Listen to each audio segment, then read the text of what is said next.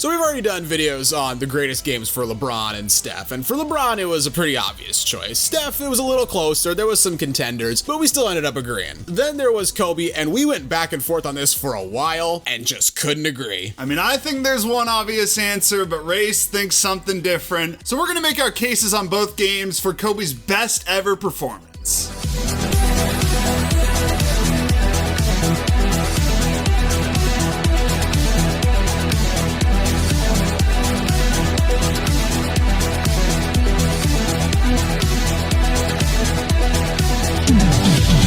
Before we start talking about Kobe though, if you haven't already, make sure you leave this video a like, give us a subscribe, and hit that notification bell so you never miss out on one of our videos. Alright, so we're gonna do this video a little differently than the first two. We're not gonna go play by play for either of these two games because they're both Kobe games in the mid-2000s. They play out kind of the same way. Kobe takes a lot of mid-range shots, he gets some dunks, he shoots a lot of free throws, and the Lakers kind of just end up running away with both these games. And to anyone who's saying his last game ever where he dropped 60, I don't know, it's a great performance, it's an iconic performance considering what happened a couple years later, but we decided to go with the two games that actually meant something at the time. So let's set the stage because both games take place in the same year. It's the 2005-2006 NBA season. It's Kobe's second year without Shaq. His first year, the Lakers only won 34 games and missed the playoffs for the first time since '94. Kobe was in the midst of the best statistical season he was ever going to have. He averaged over 35 points a game. That being said, the Lakers were still struggling. They hovered kind of around 500 for most of the year. Yeah, Kobe's supporting cast was just trash. You had Lamar Odom, definitely the second best player, and then you had Smush Parker. Ugh. Remember Chris Mim? I don't. Kwame Brown? I remember him. Luke Walton? They're not great. They're just terrible. Absolutely awful. I remember them, but they weren't good. Chris Mim was a bum. Yeah, absolutely. Smush Parker, bum. One of the worst starting point guards ever. Well, I think Smush hates Kobe because Kobe was like, "You're a bum," and let him know every day in practice. That's rude, but it's also true. That's what Kobe does. Come on. Okay, my pick, and I think it's the obvious pick for some, or the one that comes to mind at least.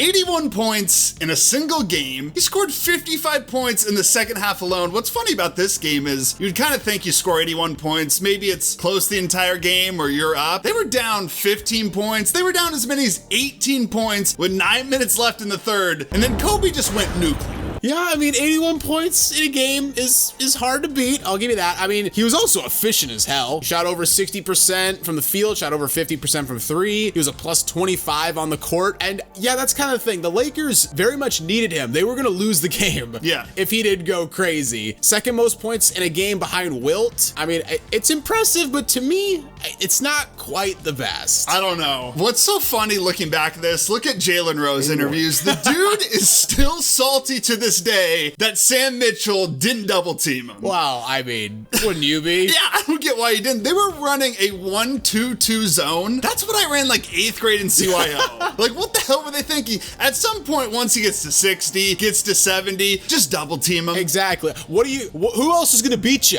Smush Parker? Chris Mim? Lamar Odom? Hey, if Lamar Odom goes for 35 and beats us, I can live with that. But I'm not letting Kobe go for 80. I mean, you don't want Luke Walton taking those corner threes. Stop it. It's dangerous. Is it? No, it's not at all. And what's so impressive about this game, the Lakers' franchise record for points scored was 71 points by Elgin Baylor. And you'd think no one's ever gonna break that record. Like, that's the Blazers' record right now with Dame. I can't see anyone breaking that. And then Kobe's like, let me just score 10 more points than that. What can you say? I'll tell you, but we'll get to that in a second. Also, maybe my favorite thing ever about this game, it gave us the LeBron James lying meme. When in that interview he says, you know, when I told my friends, Kobe's going for 70 tonight. Before the game even started, when I seen, I said he was probably gonna score 70 tonight. You're a liar! You're a liar! He did not say that. No, of course not. Obviously not. That's so fucking funny. Well, it's LeBron as a kid, just a random game. Kobe going for 70. Really? He just had a feeling. Sure, I guess. Lying out his ass. Come on, LeBron. All right, the 81 was impressive, I'm not gonna lie. But my pick for Kobe's greatest game is when he scored 62 against the Mavericks like a month earlier. So, my reasons. Number one, it was a much better opponent. This was a Mavericks team that went on to win 60 games, made the NBA Finals before they would fall to the Miami Heat. That Raptors team went on to win 27 games games, they were a bunch of bums besides Chris Bosh. This Mavericks team had Dirk, Jason Terry, Devin Harris, Josh Howard. It was a good team. Also, compared to Kobe's 81 game, Kobe actually got less scoring help in this game. In the Raptors game, he got 13 from Smush Parker and 12 from Chris Mim. In this game, no Laker besides Kobe scored in double figures. The Lakers team is just that bad. Like, how is that even possible? One guy gets 62, the rest of the team's like, we're just taking the night off. That's like playing My Player. It really is like a My Player. He was playing My Player this season. Kind of like the Raptors game, though. This game was close to the third quarter. The Mavericks weren't blowing out the Lakers like the Raptors were. The Lakers actually led by 9 at halftime. And then again, in the third quarter, Kobe went fucking nuclear. He outscored the Mavericks 30-17 by himself in the third quarter. And this is why I think this game is so impressive. By the end of 3, Kobe had outscored the Mavericks by himself. 62-61. Yeah, I don't get that. This is literally like we just said, My Player numbers. Who does that? How is that even possible? I mean, if a player outscores a team in the first quarter, it's impressive. This dude did it after 3 quarters. Yeah, and like you said, this is the Mavericks team that went to the finals that year, and they were up 2-0. They maybe should have won that series. So this is actually a legit team, unlike Jalen Rose and whatever the bums on the Raptors were. Hey, they had Chris Bosh. Chris Bosh was, not doing much. He wasn't guarding Kobe, at least.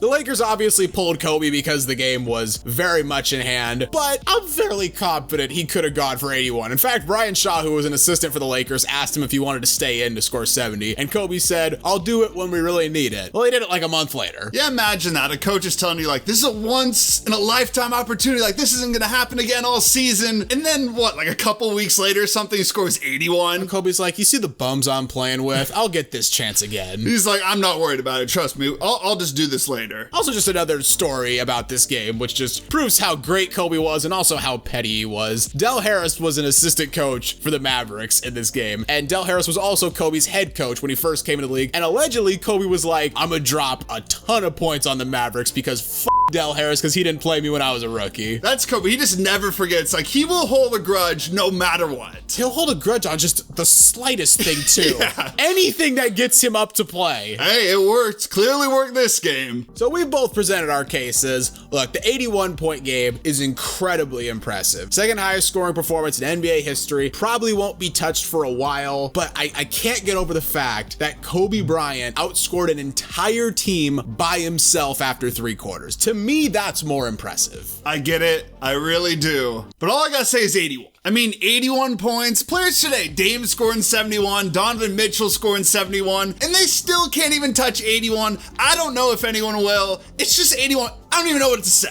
I know what to say. He outscored an entire team by himself. One player, one guy outscored an entire team after 3 quarters. I actually think at some point in the future, someone will hit 81. I don't think it'll happen anytime soon, but I think eventually over time, it will happen. I don't see a world where a player in the current NBA is able to outscore an entire team by himself after 3 quarters. I don't see it. Yeah, maybe not. Either way, putting up these numbers in 2006 with this bummy ass team is just insane. Best scoring season ever. Yeah, pace is like negative pace compared to today's NBA. Kobe was putting up 35 a game.